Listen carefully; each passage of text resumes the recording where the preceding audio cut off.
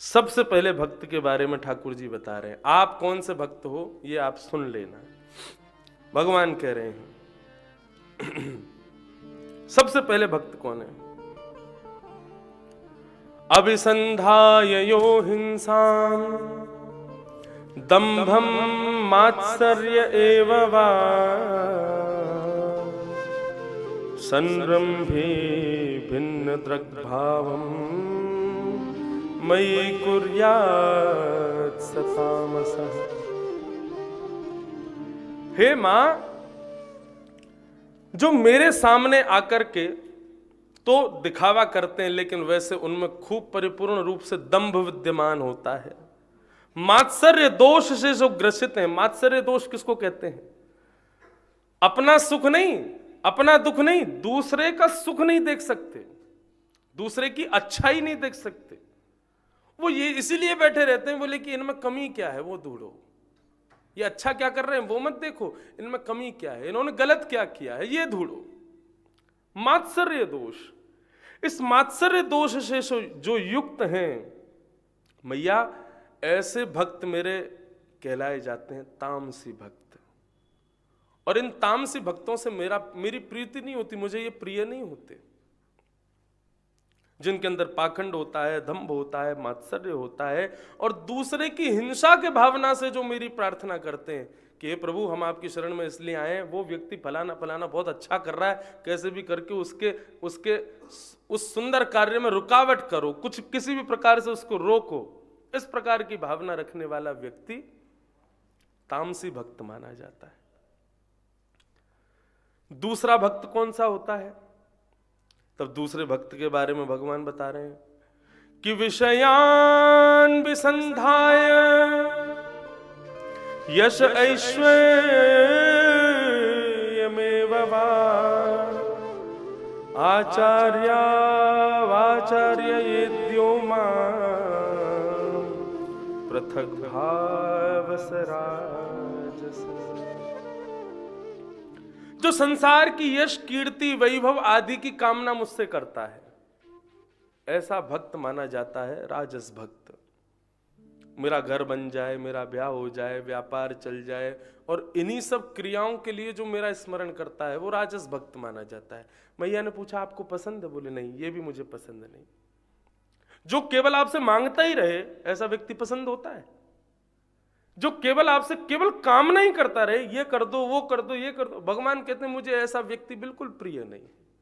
ये राजस भक्त भी मेरे प्रिय भक्तों की कोटि के नहीं होते।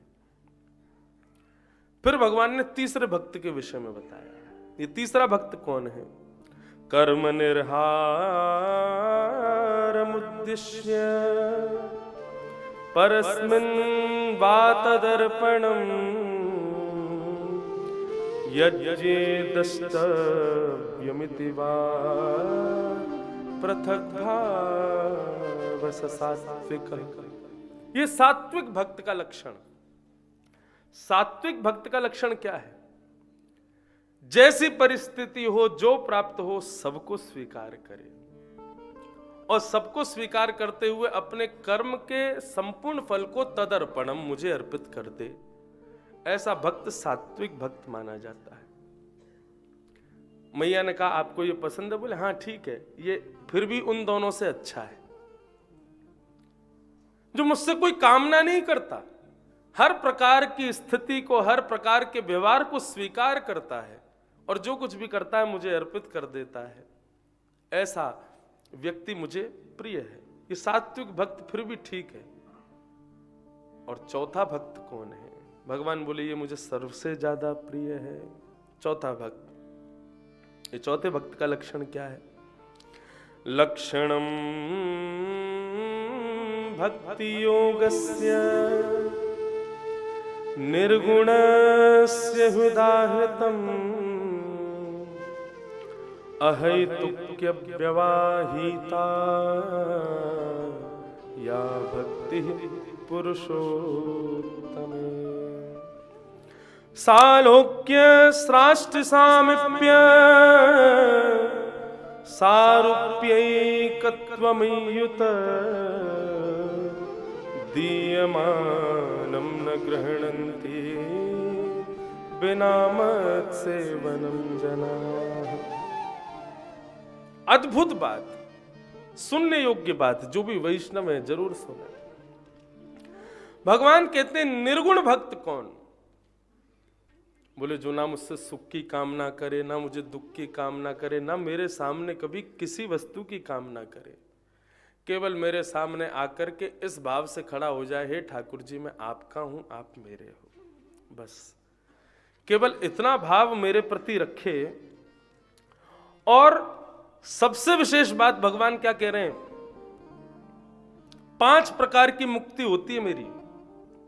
सबसे पहली मुक्ति होती है सालोक्य मुक्ति। सालोक्य मुक्ति का अर्थ क्या है? आपके किसी कर्म पर प्रसन्न होकर के वैकुंठ में आपको स्थान मिल जाए, ये सालोक्य मुक्ति है। श्राष्ट मुक्ति, इस मुक्ति का अर्थ क्या है? ठाकुर जी के लोक में भी किसी विशिष्ट पद की प्राप्ति हो जाना। जैसे ठाकुर जी के अर्चक बन जाओगे, ठाकुर जी के सेवक बन जाओगे वैकुंठ जाकर के भी। और तीसरी मुक्ति है सामीप्य मुक्ति। बोले ठाकुर जी की अति समीपता मिल जाएगी। ठाकुर जी रात्रि शयन करने जामे तो उनके चरण दबाना, प्रातःकाल उठेंगे वैकुंठ में तो उनके स्नान की पूर्ण व्यवस्था रखना, ठाकुर जी को भोजन परोस के पवाना, आदि आदि ये सब सेवाएं प्राप्त होती हैं सामीप्य मुक्ति वालों को। और एकत्वम मुक्ति, ये 5वीं अंतिम मुक्ति। इस मुक्ति में ठाकुर जी कह रहे हैं कि मैं और मेरा भक्त एक ही हो जाते हैं। जब भी मैं किसी क्रिया को मुक्ति में वैकुंठ में क्रियान्वित करता हूं तो उसके गले में गलवैयां डाल करके रखता हूं, उसको सदैव अपने पास रखता हूं, मजाक करता हूं तो उसी से करता हूं, हंसी करता हूं तो उसी के साथ, कोई वार्तालाप हो तो उसी के साथ। इस प्रकार से ये मेरी 5 मुक्तियां हैं। इनको प्रस्तुत करने पर इनको भी जो मना कर दे कि नहीं चाहिए हमको, ये ऐसे निर्गुण भक्त होते हैं। और मैया ये मुझे अति प्रिय होते हैं। जो निर्गुण भक्ति की भी कामना ना करे वो मुझे अति प्रिय है। इस प्रकार भगवान अपने 4 प्रकार के भक्तों के विषय में बताते हैं।